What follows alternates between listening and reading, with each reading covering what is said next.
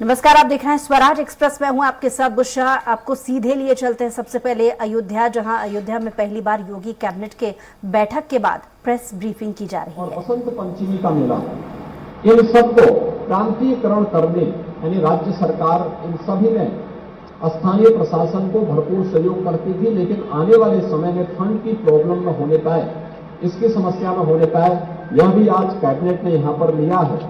इसके अलावा अमृतसर बुलंदशहर में कार्तिक पूर्णिमा का गंगा स्नान का एक बड़ा मेला लगता है, इसका भी क्रांतिकरण करने का निर्णय सरकार ने लिया है। इसके साथ ही काशी में देव दीपावली के कार्यक्रम को आगे बढ़ाने के लिए उसको भी क्रांतिकरण करने का निर्णय सरकार ने यहां पर लिया है। और प्रदेश में इसके अलावा उत्तर प्रदेश में सोहगी बड़वा, ये महाराजगंज जिले में नेपाल बॉर्डर से उत्तर प्रदेश और नेपाल तक एक पूरा विस्तृत एक वन्य क्षेत्र है। इस पूरे क्षेत्र में इको टूरिज्म को बढ़ाने के लिए पर्यटन विभाग को वहां पर राज्य सरकार की जो लैंड है उसे उपलब्ध करवा के, जिससे वहां पे आने वाले पर्यटकों के लिए हम लोग बुनियादी सुविधाएं दे सकें, इसके लिए भी निर्णय आज की कैबिनेट ने लिया है। प्रदेश में प्रदेश के अंदर HR यूनिट स्थापित करने के लिए राज्य सरकार का निर्णय है। महिला स्वयंसेवी समूहों को बड़े पैमाने पर पोषाहार की योजना को उसी जनपद में प्लांट लगा करके, विकासखंड स्तर पर प्लांट लगा करके क्वालिटी फूड की सप्लाई हम कुपोषित बच्चों को, धात्री महिलाओं को और कुंवारी कन्याओं को उपलब्ध करवा सके।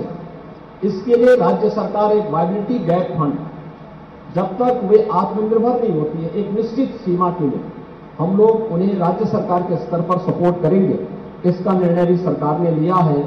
और ड्रोन पॉलिसी के तहत ड्रोन आज बहुउपयोगी हो चुका है। फोटोग्राफी, वीडियोग्राफी के साथ साथ एग्रीकल्चर के क्षेत्र में भी और अन्य तमाम क्षेत्रों में इसका उपयोग किया जा रहा है। सुरक्षा एजेंसियां भी इसका उपयोग कर रही हैं। उपयोगी है, लेकिन दुरुपयोग होने की संभावना भी रहती है। तो इसके लिए राज्य सरकार ने भारत सरकार के सिविल एविएशन एक्ट के अंतर्गत इस पॉलिसी के लिए राज्य स्तर पर भी एक नियमावली तय की है और उस नियमावली को हम लागू कर रहे हैं कि कोई भी ड्रोन होगा वह रजिस्ट्रेशन उसका अनिवार्य हो।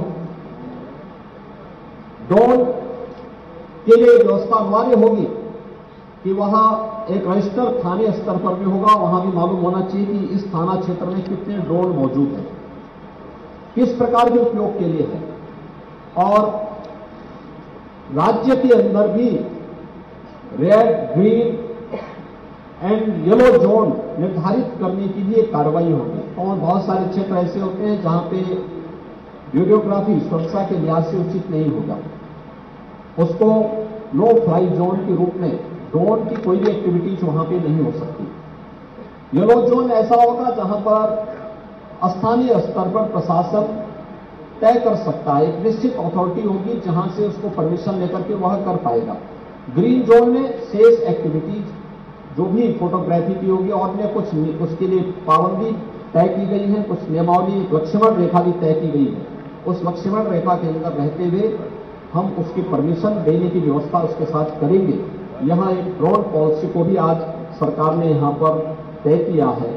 और इसके अलावा एक महत्वपूर्ण प्रस्ताव और आज हमारे मंत्रिमंडल में आया था, वह कैबिनेट ने यहां भी पास किया है, वह हमारा शीतकालीन सत्र प्रारंभ करने के लिए 27 को दलीय नेताओं की बैठक होने के साथ ही 28 नवंबर से हम शीतकालीन सत्र करेंगे, जो लगभग एक सप्ताह का हो सकता है।